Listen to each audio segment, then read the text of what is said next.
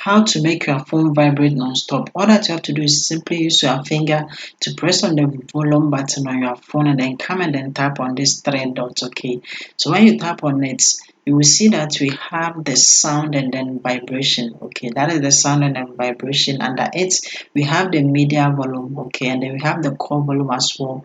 And then we have the alarm volume as well. And then we have the ring volume. Okay, what you have to do is simply come and then reduce the ring volume to the least. Okay, and then you are going to get the vibration option just like this one.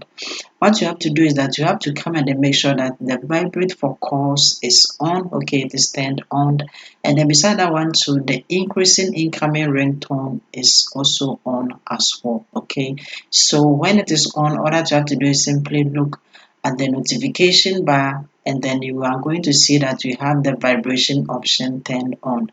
So this is how to make your phone vibrate. Okay, whenever you get any calls or notification or anything. Okay, so like the video and then see you in my next video.